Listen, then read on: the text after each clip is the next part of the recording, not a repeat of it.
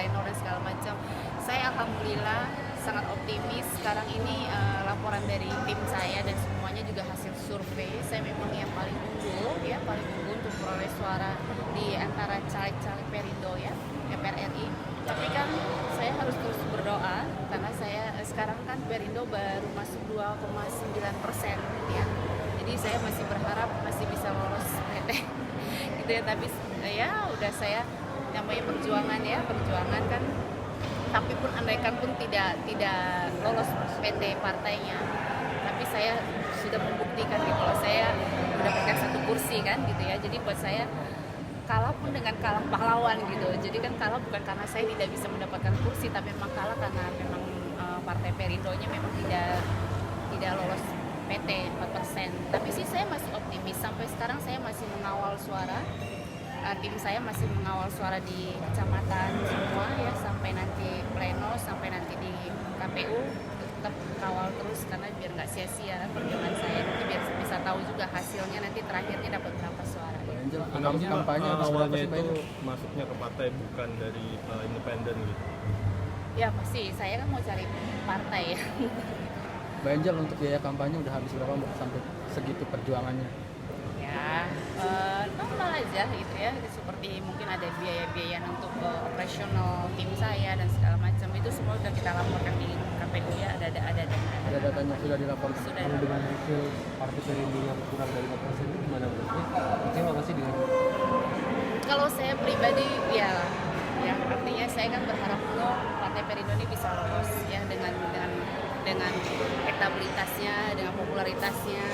Tapi saya masih optimis karena sekarang kan perhitungan juga masih panjang, masih waktunya masih banyak juga, terus masih berapa persen kalau nggak salah itu ya. Jadi harapan saya masih besar kan, tidak ada yang tidak mungkin kalau Allah menghendaki ya, tiba-tiba di endingnya mungkin bisa lebih dari 4, sekian persen bisa saja terjadi. Maka dari itu saya berusaha, sekarang yang saya jaga adalah suara saya. Saya optimis dengan apa yang nanti saya kerjakan, hasil kerja keras saya itu semuanya nggak akan sia-sia gitu. Kalau memang belum jodohnya ya sudah ya kan, yang penting kan yang tadi saya katakan, saya nggak akan merasa kalah gitu, enggak gitu, karena kan memang ada orang bilang tuh istilahnya kalah tapi pahlawan gitu loh, paham ya, maksudnya kalah bukan karena memang lu nggak bisa kasih kursi, tapi memang kalahnya bukan karena masalah kamu gitu. Karena saya berjuang di sana betul-betul dengan program, betul-betul saya turun. Mungkin teman-teman tahu lihat saya hampir setiap hari saya turun, setiap hari saya bawa program. Saya nggak ada kata-kata politik gitu ya, itu saya nggak ada. Program yang dibawa kemarin itu apa sih Mbak? Ya seperti hidroponik, membuka lapangan kerja buat masyarakat, termasuk sampai sekarang itu program saya, walaupun saya tidak terpilih, itu program saya tetap berjalan. Karena itu adalah bisnis saya yang saya bawakan ke Jabar 7 gitu. Jadi buat saya ini juga satu kebanggaan buat saya tidak hanya semata-mata meraih suara, tapi setelah itu saya lupakan semuanya. Tapi ini apapun yang terjadi, tetap bisnis saya tetap berjalan, dan Jabar 7 tetap tetap mempunyai lapangan kerja dari program-program saya sebelumnya, karena memang niat saya bukan hanya semata-mata mendapat satu kursi, memang untuk membantu Jabar 7 dan masyarakat. Tapi kalau dapat satu kursi itu kan lebih baik lagi. Artinya kan ini belum tahu jodoh atau tidak gitu kan. Nah, kembalinya ke dunia entertain, apakah memang salah satu langkah ketika nanti memang tidak jodoh? Enggak, dunia entertain ini kan saya justru kan awalnya dari dunia entertain, bukan di dunia politik ya. Jadi sebenarnya semuanya berjalan.